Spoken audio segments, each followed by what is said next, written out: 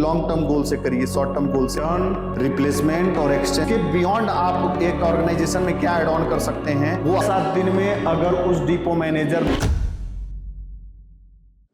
ये जो सेशन है गूगल शीट को अकाउंटेंट को कैसे यूज करना है, इसलिए सेशन है। ये अकाउंटेंट गूगल शीट से कैसे इनपुट लेगा, कैसे टैली में एंट्री करेंगे, उसके लिए ये सेशन है हमारा। तो एक बार मैं हाईलाइट देता हूं कि गूगल शीट में क्या क्या है आपके लिए। तो गूगल शीट में अगर इंफॉर्मेशन के पॉइंट ऑफ व्यू से बोले तो केवल आपके लिए क्या है, डिपो। पहले हम देख लेते हैं क्या क्या है गूगल शीट में। डैशबोर्ड है। डैशबोर्ड में क्या होता है आपके पास, कि समरी दिखता है आपको कि एक पर्टिकुलर डे का समरी, जैसे कि यहाँ 30 दिसंबर लिखा हुआ है, तो एक पर्टिकुलर डे का समरी आपके पास ये रहेगा कि कितना ओपनिंग बैलेंस था, कितना टोटल सेल्स हुआ, कितना टोटल एक्सपेंस हुआ, कितने क्वांटिटी बिके, कितना कैश डिपॉजिट हुआ, कितना क्लोजिंग बैलेंस है। तो टैली में आप इसका ओपनिंग, मतलब इस पर्टिकुलर डे का ओपनिंग और क्लोजिंग आपके टैली से भी मैच करना चाहिए। अगर मैच नहीं कर रहा है तो कहीं ना कहीं कुछ दिक्कत है, तो एक बार क्रॉस चेक कराइए। तो आपको यहाँ से क्या क्या डाटा मिलेगा कि कितना क्वांटिटी सेल किया, उसमें किस साइज का कितना पार्ट था, चाहे कौन से प्रोडक्ट का कितना पार्ट था, जो सेल किया उसमें कितना कैश सेल किया, कितना डायरेक्ट डिपॉजिट से सेल किया, कितना क्रेडिट सेल किया, ठीक है, कितना अगेंस्ट एडवांस सेल किया। उसी तरह यहाँ पे कितने तरह के एक्सपेंस, जो भी एक्सपेंस है वो कौन कौन से किए, ठीक है, वो आ जाएगा। क्लोजिंग स्टॉक इनके पास जितना बचा है वो एक हाईलाइट दिख जाएगा आपको।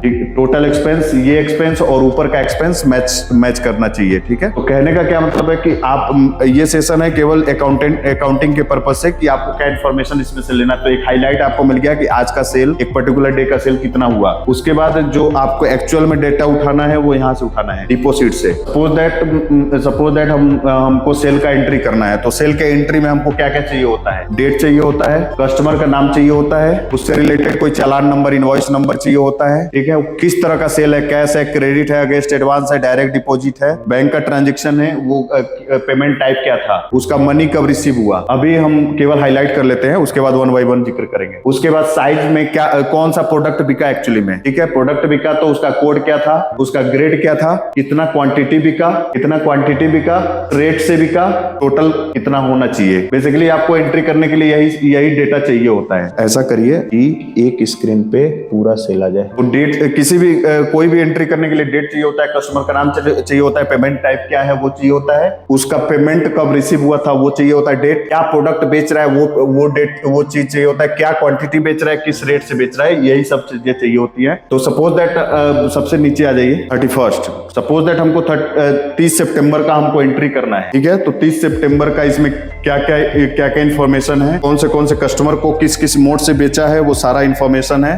हमको बेसिकली यही चाहिए भी होता है एंट्री करने के लिए। और सबसे बड़ी बात है कि हम जिसका सेल है, जिस डिपो का सेल है, उसी के डिपो में वो सेल रजिस्टर करेंगे, सेल बुक करेंगे, ताकि हमारे टैली से और उनका गूगल शीट मैच करे, ठीक है। अब इधर आ जाते हैं, बहुत ज्यादा चलेगा। यहाँ पे आपके लिए क्या है, advance receive, outstanding receive, PDC, other receive, return to customer. ये ऐसे ट्रांजेक्शन है जो आज हमको पैसा तो मिल रहा है, लेकिन उसके लिए सेल हम आज नहीं कर रहे हैं, या तो पहले कर चुके हैं या तो बाद में करेंगे। जैसे कि एडवांस के रिसीव के केस में हम पहले पैसा पा चुके थे और आज सेल कर रहे हैं, तो कहने का मतलब वो उधर सेल में दिखाएंगे अगेंस्ट एडवांस में। तो हम जो भी एडवांस रिसीव होगा, आउटस्टैंडिंग रिसीव होगा, PDC, other receive, return to customer, वो डाटा यहाँ पे आपको दिखेगा। जैसे कि आ जाइए नीचे, वो तो बताते हैं। अब जैसे यहाँ पे डाल रखा है 30 दिसंबर को जॉन हार्डवेयर से cash deposited bye John hardware इन सेंटेनरी बैंक। ये किस लिए पैसा मिला था, आउटस्टैंडिंग रिसीव के लिए पैसा मिला। कितना यूजीएक्स है,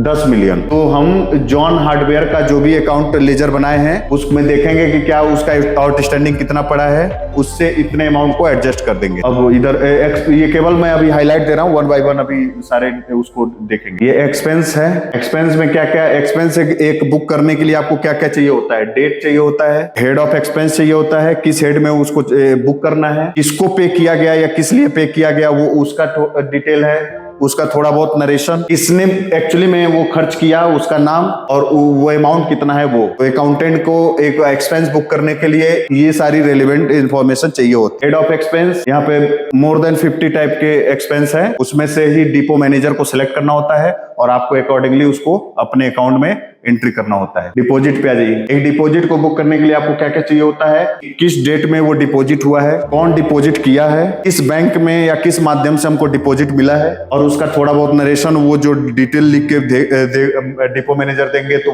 वो आपको जिक्र कर देना उसमें, और अमाउंट क्या था। और चूंकि यहाँ पे डिपो मैनेजर को ये भी लिखना पड़ता है कि डिपॉजिटेड बाय किसने डिपॉजिट किया, ठीक है, या किसने दिया वो, और अमाउंट चाहिए होता है, ठीक है। तो यहाँ पे तमाम तरह के बैंक अकाउंट भी हैं। तो कहने का मतलब ये है कि केवल आपको डिपोजिट से आपको मिल जाएगा कि एंट्री करने के लिए कि क्या आपको एक बुक्स में एंट्री करना है। उसके अलावा अगर आपको हाईलाइट वे में देखना है कि 30 दिसंबर का केवल आपको 30 दिसंबर का डाटा चाहिए, 30 दिसंबर का कैश सेल आपको यहाँ दिख जाएगा, ठीक है। यहाँ से डेट सेलेक्ट करेंगे, आपको ओपनिंग बैलेंस दिखाएगा, फिर कैश सेल दिखाएगा, नीचे आ जाइए, ठीक है। यहाँ पे क्रेडिट सेल, एडवांस सेल यहाँ पे दिखाएगा, अगेंस्ट एडवांस सेल यहाँ पे दिखाएगा, ठीक है। कैश सेल ऊपर, अगेंस्ट एडवांस नीचे, और नीचे जाइए। अन्य deposit receive, outstanding receive, PDC receive, against advance receive, ये सारे डाटा यहाँ पे आ जाएंगे। जिस डेट का, जो डेट आपने ऊपर सेलेक्ट किया उस डेट का, ठीक है। उसी तरह एक्सपेंस भी आपने 30 दिसंबर को कितना एक्सपेंस किया वो सारा एक समरी वे में आ जाएगा, केवल 30 दिसंबर का। ये कौन सा आपका है सीट, डिपो सीट, ठीक है। उसी तरह मनी डिपोजिट से रिलेटेड जो भी डाटा है वो यहाँ पे आ जाएंगे 30 दिसंबर के, केवल 30 दिसंबर के छट के इस डेली रिपोर्ट पे आ जाएंगे। जैसे कि आपने ऊपर देखा था कि ओपनिंग बैलेंस दिखाया था, कैश सेल हुआ, ओपनिंग बैलेंस, कैश सेल हुआ, और नीचे चलिए, ठीक है। आपको कोई रिसीव हुआ, कोई एक्सपेंस हुआ, आपने डिपॉजिट किया, आपका नेट आज का क्लोजिंग बैलेंस ये होना चाहिए, ये आपके टैली से मैच करना चाहिए। अगर टैली से मैच नहीं कर रहा है तो जरूर कोई दिक्कत है, वो आपको देख लेना है, ठीक है। बाकी और भी कोई क्वेरी है आपका क्वेरी था कि पीडीसी रिसीव हो तो हम उसको कैसे मेंशन करेंगे, ठीक है। तो ये जो दूसरा वाला ऑप्शन है, ठीक है, ये क्या है, advance receive, outstanding receive, PDC, other receive, return to customer. अगर सपोज दैट आपको पीडीसी मिला, किस डेट का ये येलो जो हुआ है वो किस डेट का पीडीसी है, 19 नवंबर को हमको मिला। किसने दिया, कस्टमर का नाम है, क्या लिखा हुआ है नरेशन में, being paid for PDC cheque amount 8 million, cheque clearance date क्या है, 3 दिसंबर, 3 और हम यहाँ पे जो ट्रांजेक्शन टाइप है उसमें क्या सिलेक्ट कर लेंगे, पीडीसी, ठीक है। तो कहने का क्या मतलब है कि हम तब तक इसमें अमाउंट फिल नहीं करेंगे जब तक कि ये चेक एक्चुअली में क्लियर नहीं हो जाए। ये केवल आपके इंफॉर्मेशन के लिए है कि इस पर्टिकुलर कस्टमर से इस डेट को, इस डेट का पीडीसी मिला है, इतने अमाउंट का अमाउंट यहीं पे मेंशन रहेगा, ठीक है। अब जब हमारा 3 दिसंबर आ जाए और ये क्लियर हो जाए तो डिपो मैनेजर क्या करेगा, यहाँ पे अमाउंट वो डाल देगा जो एक्चुअली क्लियर हुआ है 8 मिलियन, और उसको अकॉर्डिंगली डिपॉजिट भी दिखा देगा, ताकि एक बार पैसा जब यहाँ पे डालेगा तो उसके हाथ में आ जाएगा, और जब डिपॉजिट करेगा तो खत्म हो जाएगा, तो प्लस और माइनस 0। और कोई क्वेरी, जब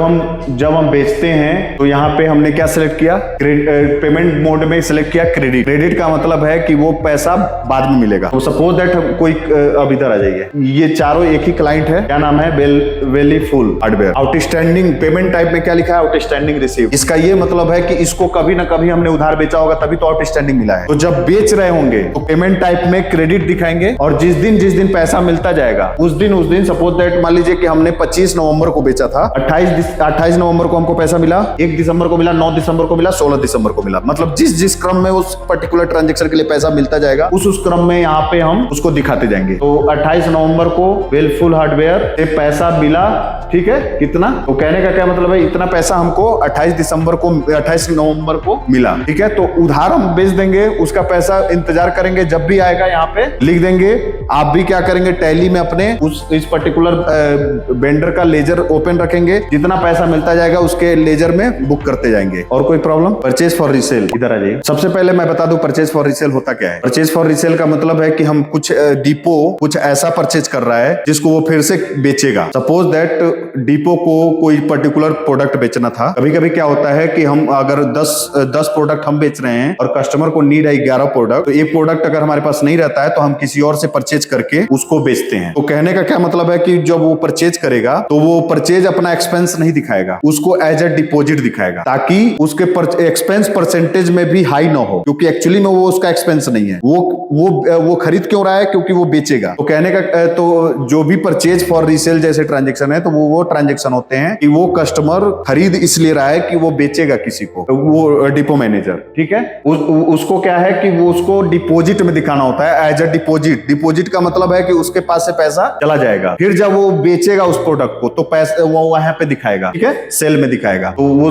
यहाँ पे सेल, जो भी सेल करेगा वो सेल दिखा देगा। तो एक बार पैसा गया, फिर पैसा कुछ बढ़ के आ गया तो एक तरह से उसके हाथ में पैसा आ ही गया। तो ऐसा कर सकता है। सपोज दैट 30 दिसंबर को एक कस्टमर है डिक्सॉन, उसने 400 SF 4034 प्रीमियम क्वालिटी का प्रोडक्ट टाइल्स लिया। कितना क्वांटिटी? 15 क्वांटिटी। वो आपके पास 31 दिसंबर को आता है और बोलता है कि मुझे 5 क्वांटिटी वापस करने हैं, ठीक है। तो किस दिन आप वो रिटर्न ले रहे हैं? 31st। यहाँ डेट डालेंगे 31st। उस कस्टमर का नाम लिखेंगे, वो इनवॉइस नंबर या चालान नंबर ओरिजिनल वाला ही डालेंगे ताकि यह पता चले कि इस पर्टिकुलर इनवॉइस नंबर पे नेट जो सेल हुआ है इतना हुआ है। तो वो ले लेंगे। पेमेंट मोड क्या लेंगे? जिस वे में उसको पैसा रिटर्न कर रहे हैं। डिपो मैनेजर क्या लेगा कि जिस मोड से पैसा उसको रिटर्न कर रहा है।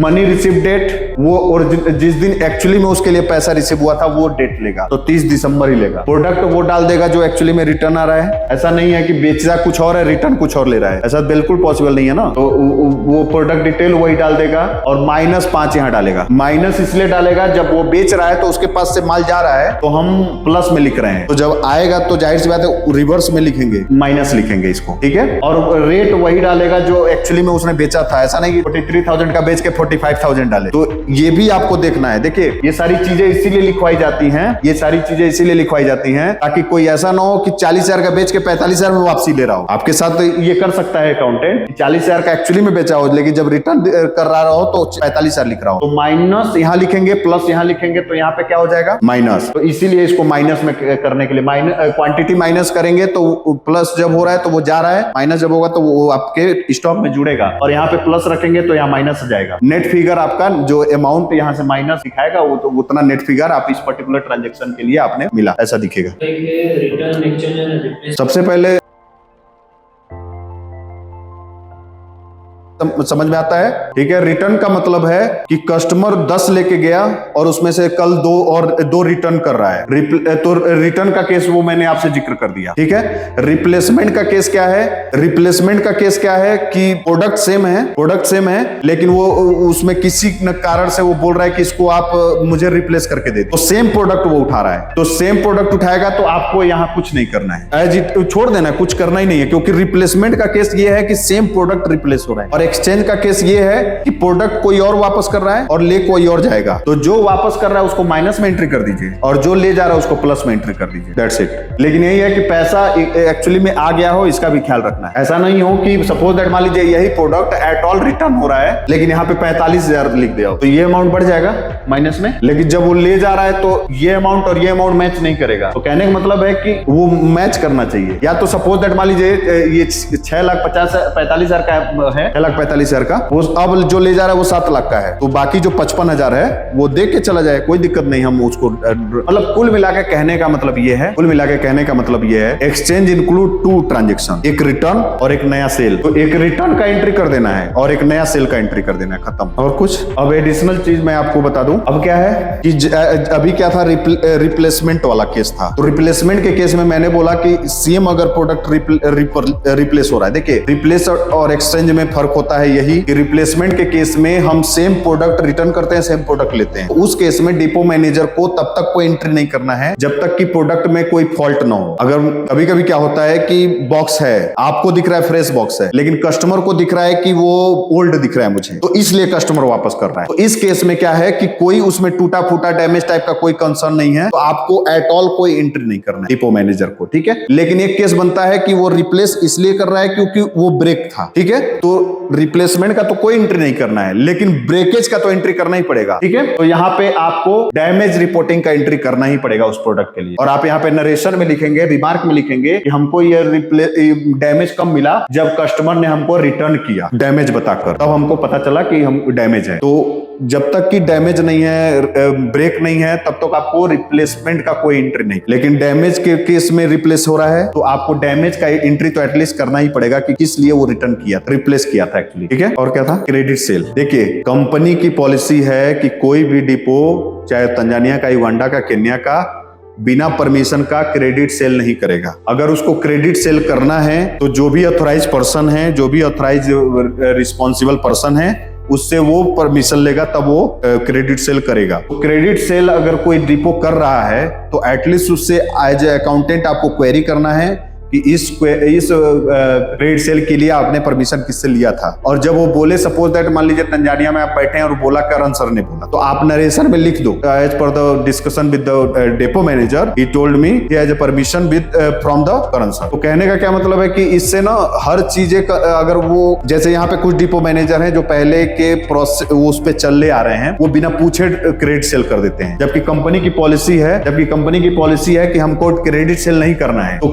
तो आप जब ये 2-4 बार क्वेरी करेंगे ना तो वो ऑटोमेटिक सुधर जाएगा। अगली बार वो करने से पहले सोचेगा कि हमको परमिशन लेना है। वैसे तो तंजानिया में ऐसा कोई कंसर्न नहीं है, लेकिन फिर भी मैं बोल रहा हूं कि कहीं भी आपको लग रहा हो कि जहां पे मुझे बोलना चाहिए वहां पे बोलो, ताकि अगली बार से वो करने से पहले सोचे। जैसे एक्सपेंस अगर एक्सेस कर रहा है तो वहां भी क्वेरी करो, ट्रांसपोर्ट एक्सपेंस 10 किलोमीटर का इतना ज्यादा कैसे तुमने पे कर दिया, कमीशन तुमने इसको इतना ज्यादा कैसे पे कर दिया। तो इससे क्या होता है कि उसको भी लगेगा कि हाँ मेरे ट्रांजेक्शन को ऑब्जर्व किया जा रहा है। बाकी एक आपका और एक एडिशनल रिस्पॉन्सिबिलिटी बता दूं, हर डिपो के transaction in the sense Google sheet को आपको डेली बेसिस पे एक हाईलाइट व्यू देना है, रिव्यू करना है कि कहीं कुछ गड़बड़ तो नहीं हो रहा है। कहीं ट्रांजेक्शन अगर वो, जैसे क्या होता है फंडामेंटली कुछ गलतियां हो जाती है, कहीं कुछ गलतियां तो नहीं कर रहा है, ठीक है। तो उसी क्रम में एक आपका रिस्पॉन्सिबिलिटी है कि स्टॉक मॉनिटरिंग शीट को डेली बेसिस पे हर उसका एक बार रिव्यू कर लो कि कहीं कोई स्टॉक माइनस में तो नहीं आ रहा है। जैसे नीचे जाइए, क्या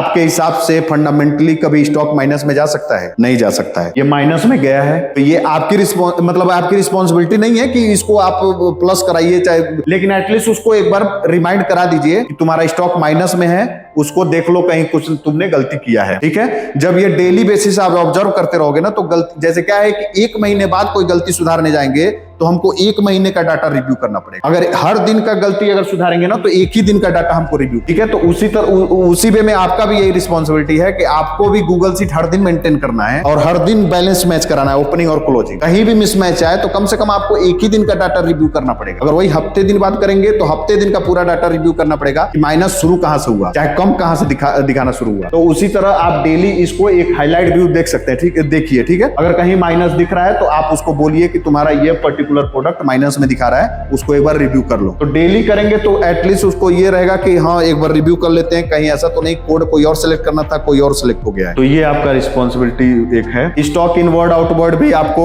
अब एक और रिस्पॉन्सिबिलिटी है आपकी कि युगांडा से कोई माल चला, सपोज दैट आज 31 तारीख को माल चला, तो आपको जानकारी हो जाएगा कि अगर युगांडा जिंजा से माल चला है तो दार एस सलाम पहुंचने में 6 दिन लगेगा, 7 दिन लगेगा। आप उस ग्रुप में होंगे, आपको पता चल जाएगा कि ये माल चल दिया है, ये ट्रक चल दिया है। 6-7 दिन में अगर उस डिपो मैनेजर ने एंट्री नहीं किया तो आप उसको फॉलो अप करिए कि इस पर्टिकुलर इनवॉइस, इस पर्टिकुलर ट्रक, इस पर्टिकुलर शिपमेंट का आपने एंट्री अभी तक क्यों नहीं किया। तो उसको भी फॉलो करके, तो ये क्या होगा, इससे क्या होगा कि जो भी स्टॉक मैनेजमेंट वाला चीजें है ना यहाँ पे, वो सारा स्मूथ लाइन चलेगा। तो ये भी आपकी एक रिस्पॉन्सिबिलिटी है कि उसको भी ऑब्जर्व करना कि स्टॉक जो भी चला था उसका एंट्री डिपो मैनेजर ने किया कि नहीं किया। अब यहाँ पे चलिए, डैशबोर्ड में आपको क्या क्या दिखा रहा है। एक तो जो डेट यहाँ सिलेक्ट करेंगे उसका एक हाईलाइट दिख जाएगा, एक हाईलाइट आपको दिख जाएगा कि 30 दिसंबर को कितना ओपनिंग था।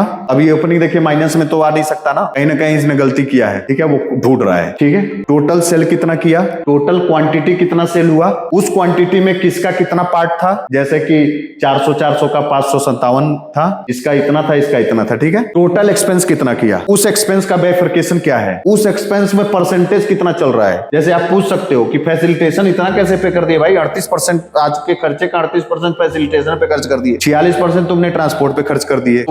तो अमाउंट भी आपको देखना है कि जेन्युइन है कि नहीं है। आपको करते करते एक समझ में आ जाएगा कि कितना अमाउंट चल रहा है, तो ये अमाउंट और ये अमाउंट मैच करना चाहिए। उसी तरह टोटल जो कैश डिपॉजिट है वो आपके डाटा से ये डाटा मैच कर रहा है कि नहीं कर रहा है, कैश इन हैंड जितना होना चाहिए वो मैच कर रहा है कि नहीं कर रहा है, ठीक है। अब इस मंथ में अगर आपको किसी पर्टिकुलर डिपो का चेक करना है कि इस डिपो का और मेरे टैली गूगल शीट का और मेरे टैली का डेटा मैच कर रहा है कि नहीं कर रहा है सेल्स के पॉइंट ऑफ व्यू, तो ये टोटल सेल है दिसंबर का इस पर्टिकुलर डिपो का 400 4032, ठीक है, 250, 400, 2166, तो वो आपको एक बार रिव्यू कर लेना है कि आपका टैली उसका टैली मैच, उसका गूगल शीट मैच कर रहा है कि नहीं कर रहा है, अमाउंट के पॉइंट ऑफ व्यू से, क्वांटिटी के पॉइंट ऑफ व्यू से और इंडिविजुअल पॉइंट ऑफ व्यू से। उसी तरह एक्सपेंस के हेड को मैच कर लेना है, मंथली एक्सपेंस रिव्यू भी आपको करना है। जैसे सबसे ज्यादा इसने किस पे खर्च किया है, ट्रांसपोर्टेशन पे, तो ट्रांसपोर्टेशन पे इतना खर्च क्यों हो रहा है वो भी आपको ऑब्जर्व करना है। ये सब ऑब्जर्वेशन देखिए,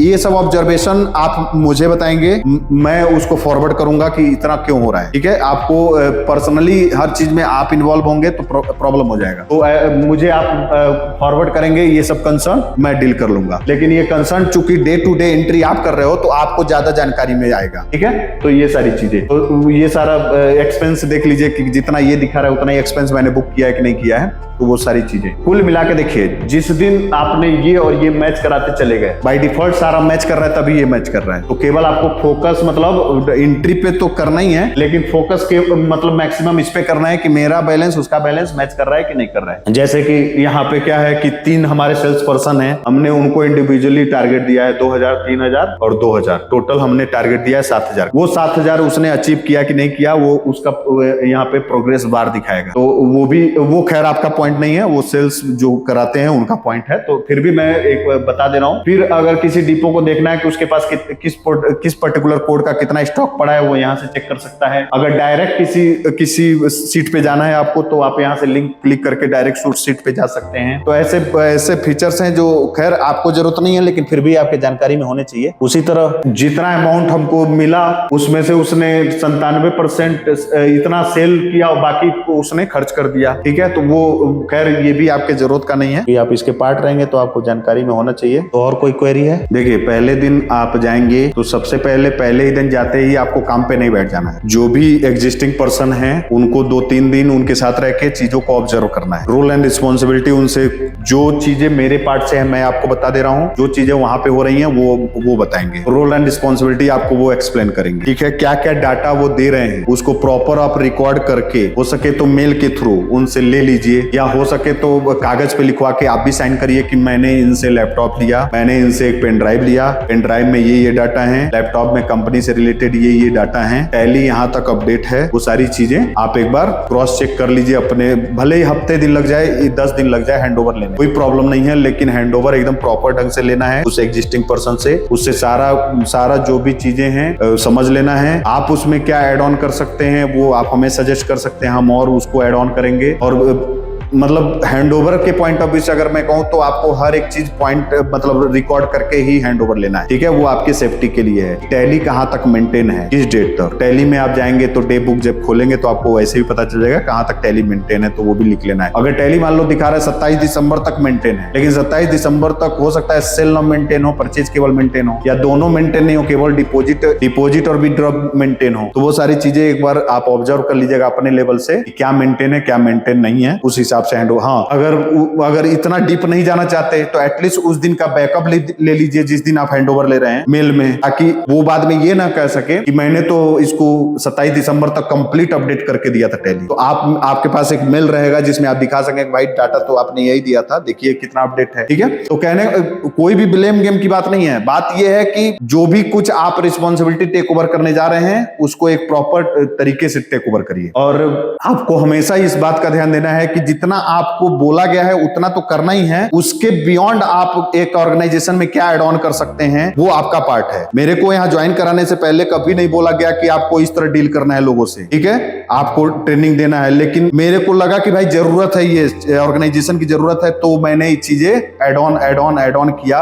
नहीं तो इससे पहले क्या होता था कि इस ऑर्गेनाइजेशन में हायरिंग हो जाती थी, लोग जाके अपने सीट पे बैठ जाते थे, मुझे मालूम होना चाहिए कि कौन अकाउंटेंट कौन डिपो मैनेजर है, लेकिन मुझे मालूम 4 दिन बाद पड़ता था। मेरे को कोई प्रॉब्लम नहीं है। प्रॉब्लम क्या होता है कि उस व्यक्ति को ना मैंने कुछ बताया, ना कुछ सिखाया, ना उसको रोल एंड रिस्पॉन्सिबिलिटी समझाया, और वो जाके वो बंदा डायरेक्ट बैठ गया। अब वो इवन वो मुझे भी नहीं जान रहा है, मैं उसको नहीं जान रहा हूँ, अलग बात है, वो मुझे भी नहीं जान रहा है। अब उसको मैं फॉलो कर रहा हूँ, भाई ये काम करो, ये काम करो, ये काम करो, 1 by 1। तब तक क्या होता है ना, 1 महीने बीत जाते हैं तो बहुत सारी चीजें मैसअप बन जाती हैं। अब उसको सुधारने में 2 महीने और लग जाते हैं। तो कहने का क्या मतलब है कि आप कोई भी हैंडओवर टेक ओवर लीजिए, उसको प्रॉपरली लीजिए, भले ही 2 दिन डिले 4 दिन डिले, कोई प्रॉब्लम नहीं, लेकिन कभी भी कोई भी काम करिए लॉन्ग टर्म गोल से करिए, शॉर्ट टर्म गोल से नहीं, ताकि आप किसी भी ऑर्गेनाइजेशन में कुछ दे कर आए और कुछ सीख कर जाएं। तो ये आपका वो होना। और कुछ अब चलिए एक चीज मैं आपको बता देता हूं, बिहाइंड द सीन। यहाँ पे कितने तरह के पेमेंट टाइप, 1 2 3 4 और ये सारे डायरेक्ट डिपॉजिट हैं। तो 5 तरह के पेमेंट टाइप हैं एक तरह से। कैश मतलब कि जिसमें इमीडिएट कैश मिल रहा है। तो इससे क्या होगा कि डिपो मैनेजर जैसे कैश सिलेक्ट करेगा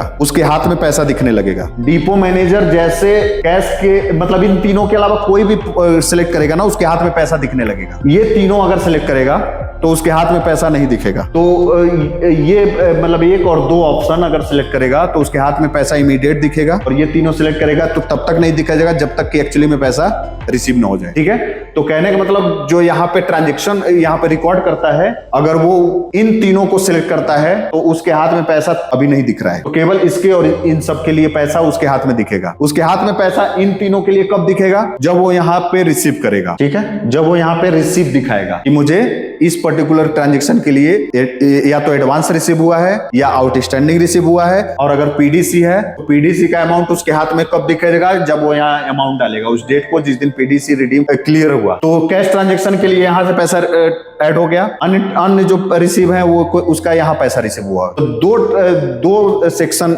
इसमें ऐसे हैं जिससे पैसा उसको मिल रहा है, और 2 हैं जिससे उसके हाथ में पैसा जा रहा है, जैसे एक्सपेंस जैसे डिपॉजिट। तो इस 2 से जो पैसा आया, उस 2 से जो पैसा गया, उसका नेट फिगर आपको मतलब हर दिन टैली में दिखना चाहिए कि हाँ नेट फिगर इतना, जैसे कि opening balance plus sale plus अन्य receive minus expense minus deposit, जो भी क्लोजिंग बैलेंस है वो आपको दिखना चाहिए। तो बिहाइंड द सीन यही है कि अब जैसे अब क्वेरी क्या है कि लॉजिकल लोग ये बोलते हैं कि भाई कुछ भी हम वो कर रहे हैं, सिलेक्ट कर रहे हैं, जैसे क्रेडिट सिलेक्ट कर दिया वो भी तो पैसा दिख ही रहा है, तो दिख रहा है लेकिन वो जुड़ नहीं रहा है बैकएंड में। वो जुड़ेगा कब? जब वो एक्चुअली में पैसा रिसीव, जब यहाँ पे आप दिखा देंगे। यहाँ पे देखिए ड्रॉप डाउन से क्या सिलेक्ट किया गया, पहले वो देखिए। स्टॉक एडजस्टमेंट होता क्या है, जब आप फिजिकली काउंट करते हैं स्टॉक को और वो स्टॉक आप हमको दे देते हैं, लेकिन होता क्या है प्रैक्टिकली क्या प्रॉब्लम होते हैं, जैसे मान लीजिए साइज तो है लेकिन कोड भी दिखा जाता है, तो हम ये कोड के हिसाब से यहाँ पे रिकॉर्ड करते हैं चीजों को। साइज तो लेते हैं लेकिन कोड भी लेते हैं, लेकिन गलती से क्या होता है कि रो है किसी और कोड का, लेकिन उसी में 1-2 कोड और चले गए, लेकिन काउंटिंग के दौरान हमने ध्यान नहीं दिया, उसको काउंट कर लिया उसी कोड में। तो ये कोड क्या हुआ, 2 ज्यादा दिखाने लगा, और वो कोड जो एक्चुअली में उसमें था 2 वो कम दिखाने लगा। तो जब हमको ये रियलाइज होता है कि हमने इस कोड में उस कोड को भी काउंट कर लिया जबकि होना चाहिए उस कोड में, तो हम उसको क्या करते हैं, स्टॉक एडजस्टमेंट के थ्रू प्लस और माइनस करते हैं। तो जिसमें जुड़ गया है उसको माइनस कर देते हैं, और जिसको देना है उसको प्लस कर देते हैं। जैसे देख लीजिए, ये अगर सपोज दैट यहाँ पे ऐसा जैसा केस मैंने एक्सप्लेन किया वैसा केस रहता तो यहाँ एक और रो रहता, ठीक है, और यहाँ पे +1 दिख रहा होता, ठीक है। लेकिन ये केस और अलग है। ये केस ऐसा है कि हमने आपको काउंटिंग भेज दिया कि मेरे पास 240 क्वांटिटी है, लेकिन जब मैंने रिकाउंटिंग किया, भेज दिया, आपका डेटा अपलोड हो गया, डेटा दिखाने लगा, लेकिन जब हमने रिकाउंटिंग किया तो उसमें पता चला कि नहीं, हमारे पास 239 क्वांटिटी ही। जैसे मान लीजिए 240 का मतलब यह है कि ऐसे ऐसे कई रो लगे हैं, तो आपने रो काउंट कर लिया, लेकिन एक में एक कम था, ठीक है, तो 240 तो ऐसे काउंट कर लिया, लेकिन एक कम है, आपको पता नहीं चला। जब आपको रियलाइज हुआ तो आपने हमको बताया, तो हम क्या करेंगे, वहां पे एडिट करने से बजाय अकाउंटिंग में आप एक चीज जानते हैं कि कुछ भी डिलीट नहीं किया जाता है, ठीक है। प्लस करना है, माइनस करना है, बढ़ाना है, घटाना है, जो कुछ भी करना है, आप हर चीज का एक ट्रेल मेंटेन करेंगे। तो मैं ये दिखाऊंगा कि आपने मुझे 240 दिए हैं, तो 240 यहाँ पे मैंने बुक कर दूंगा मैं ओपनिंग स्टॉक में, लेकिन जब आप बताएंगे कि 240 गलती से काउंट हो गया था, वो एक्चुअली में 239 था, तो मैं क्या करूंगा, उसको स्टॉक एडजस्टमेंट के थ्रू एक माइनस कर दूंगा, ठीक है। उसी देखिए, अब नरेशन को पढ़िए, नरेशन क्या है, adjusted on the basis of closing stock provided by the depot manager at 16 या 18 दिसंबर। और किसने प्रोवाइड किया, मुकेश ने, जो वहां का डिपो मैनेजर है, ठीक है। तो कहने का क्या मतलब है कि ये एडजस्टमेंट वाला हमारा बिहाइंड द सीन रोल है। होता क्या है कि मैंने आपसे स्टॉक लिया था 1 सितंबर, आपने हमको स्टॉक फिर से दिया अक्टूबर में, तो आपने दिया 40, जब दिया था तो 40 दिया था, जब दूसरी बार दिया तो 239 दिया, चाहे जितना भी करंट होना चाहिए उससे एक कम दिया। तो अब मैंने क्वेरी किया पलट के कि ऐसा कम क्यों दिखा रहा है, तो उसने बोला सर इस बार तो लग रहा है उस बार ज्यादा काउंट हो गया, एक ज्यादा काउंट हो गया। तो उसको क्या किया, स्टॉक एडजस्टमेंट में डाल दिया। तो ये सारी चीजें करनी पड़ती हैं कभी कभी, क्योंकि होता क्या है कि इमेजिन करिए एक बड़ा सा गोडाउन है, बड़ा सा डिपो है और उसमें सब कोड एक दूसरे से एकदम फिक्स रखे हुए हैं, काउंटिंग एरर हो जाता है, ह्यूमन एरर हो जाता है। तो जब हमको रियलाइज होता है कि हमसे एरर हो गया है तो उसको एडजस्टमेंट कर दें। ये एडमिन है। एडमिन मतलब कि जो भी वहां पे ये इन सब सीटों पे आपको ड्रॉप डाउन दिखा रहे हैं, चाहे एक्सपेंस के ड्रॉप डाउन, चाहे कोड के ड्रॉप डाउन, चाहे साइज के ड्रॉप डाउन, वो यहाँ पे हम लोग इसको इसीलिए लॉक करके रखे हैं कि इसको कोई ना छेड़े, यहीं से आपका सारा वो रन हो। ये बिहाइंड द सीन मैटर है, ठीक है। तो इसको और इसको हमने इसीलिए लॉक किया है कि आप इसको नहीं छेड़ सकते, इसको नहीं छेड़ सकते, ठीक है। जिसमें डाटा एंट्री करना है वही केवल, इसीलिए डेली रिपोर्ट भी आप केवल डेट चेंज कर सकते हो और कुछ आपको एडिट करने ही नहीं देगा, ठीक है। तो 3 सीट आपको प्रॉपर लॉक मिलेगा। यहाँ पे स्टॉक का इन आउट दिखता है, यहाँ पे ट्रांजेक्शन का जो भी है दिखता है, और यहाँ पे जो कुछ भी ड्रॉप डाउन में चाहे जैसे भी शो कर रहा है वो यहाँ से होता है। तो इसका आपको जरूरत नहीं है। मनी मैनेजमेंट जैसे क्या है कि किसी डिपो पे 10 मिलियन पड़े हुए हैं, तो मनी मैनेजमेंट जैसे आप कहीं पैसा डिपॉजिट करने जाते हैं बैंक में, तो 100 का कितना नोट जमा कर रहे हैं, 50 का कितना नोट जमा कर रहे हैं, 500 का कितना नोट जमा कर रहे हैं, लिखना पड़ता है। उसी तरह मतलब हमने एक वो बनाया था कि डिपो पे अगर 10 मिलियन पड़े हैं तो उसमें 50 के कितने नोट पड़े हैं, 50,000 का कितने नोट पड़े हैं, 20,000 का कितने नोट पड़े हैं, 10,000 का कितने नोट पड़े हैं, वो बता के हमें डेली बेसिस पे बताता रहे। लेकिन क्या हुआ कि प्रैक्टिकली इसको लोग यूज नहीं कर रहे हैं और कई जगह दिक्कतें भी आ रही कुछ, तो इसीलिए ये डिसकंटिन्यू है। लेकिन हमारा पर्पज यही था कि ताकि अगर 10 बिलियन है तो किस वे में आपके पास पड़े हुए हैं वो आप हमको बता दें।